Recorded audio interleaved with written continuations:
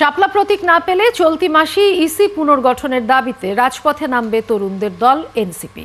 দলটি নেতারা বলছেন এনসিপি নয় বরং নির্বাচন কমিশনই নির্বাচন বিলম্বের পাঁয়তারা করছে।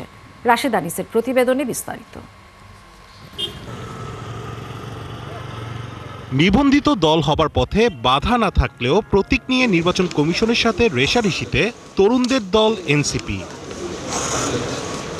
এনসিপি আহ্বায়ক নাহিদ ইসলামও দিন দুয়েক আগে আভাস দেন বিষয়টি নিষ্পত্তির জন্য রাজপথেই নামতে পারেন তারা।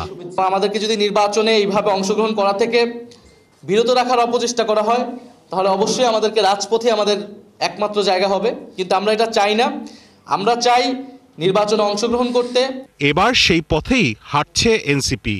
চলতি মাসেই ইসি পুনর্গঠনে আন্দোলনে নামবে দলটি। যদি আমরা দেখি নির্বাচন কমিশন শাপলা প্রতীক বরাদ্দ আমাদেরকে দিচ্ছে না এবং শাপলা প্রতীক বরাদ্দ না দেওয়ার পেছনে কোনো যুক্তিসঙ্গত এবং আইন সিদ্ধ কোনো কারণ দেখাতে পারছে না, তবে অবশ্যই আমাদের রাজপথ ছাড়া আর কোনো বিকল্প নেই।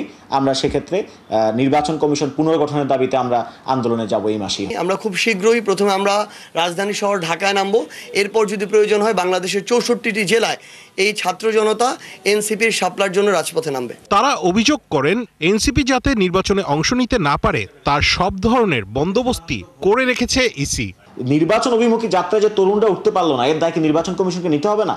তার মানে তো নির্বাচন কমিশন ইচ্ছাকৃতভাবে এইটাকে বিলম্বিত করতে চাচ্ছে এবং তারা এমনভাবে সকল সরঞ্জাম সাজিয়েছে যেন মনে হয় যে জাতীয় নাগরিক পার্টি নির্বাচনকে বিলম্বিত করতে চাচ্ছে। এই জায়গায় নির্বাচন কমিশনই নির্বাচনকে বিলম্বিত করার পায়তারা করছে এবং এটা এনসিপিকে ব্যবহার করে করার চেষ্টা করছে।